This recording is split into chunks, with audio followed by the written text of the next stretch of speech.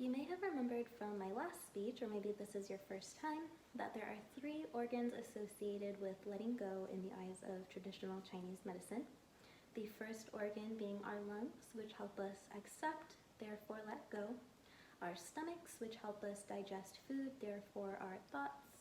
And then our hearts, which are actually connected to our minds, which you may notice if your heart starts racing, when your mind is racing about maybe a deadline, or you're having a little bit of anxiety. And there are actually 3 actions we can take that will help us let go, being walking, cooking, and meditating. And while we may be complex creatures, these are definitely not complicated actions to take. The first organ we can focus on strengthening is our lungs. And we can achieve this by taking daily walks.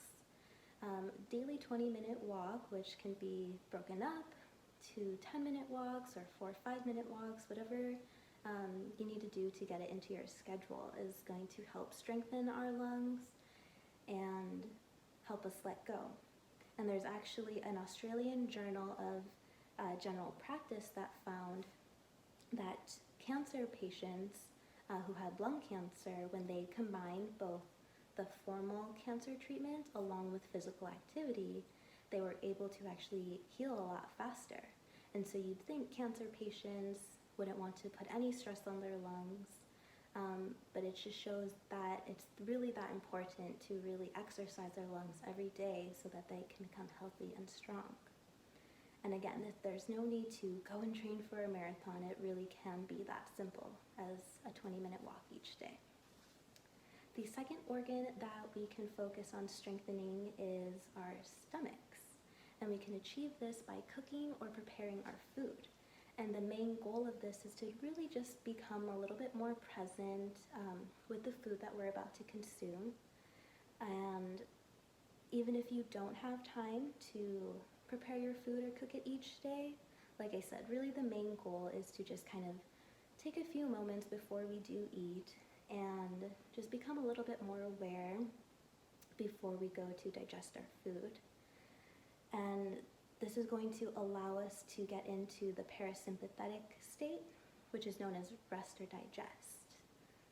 This will allow us to absorb nutrients better and then transform our food and also transform our thoughts. Now, the next organ, or the last organ that we want to strengthen, is our heart, or we actually want to calm our heart. And so we can achieve this by meditating.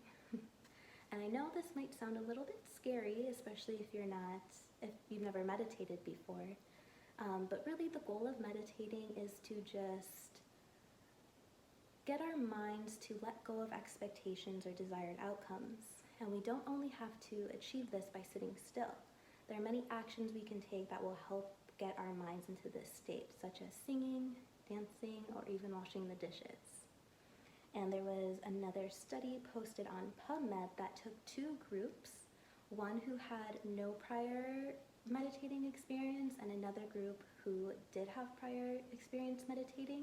And they found that after the meditation practice, both groups still showed physiological improvements such as lowered blood pressure and lowered heart rate. So again, this just goes to show that you don't need to be a pro meditator to start taking action in calming our hearts. And it's probably no surprise that much of society is faced with anxiety, since we're always on the next move, we're in this go, go, go kind of rat race. But it really is so as simple as cooking, meditating, and walking that are really going to aid these organs and help us let go. So the next time you might be feeling stuck or like you can't let go of something you're worrying about, I dare you, just go take a little walk and then prepare your favorite snack and feel that subtle energy shift.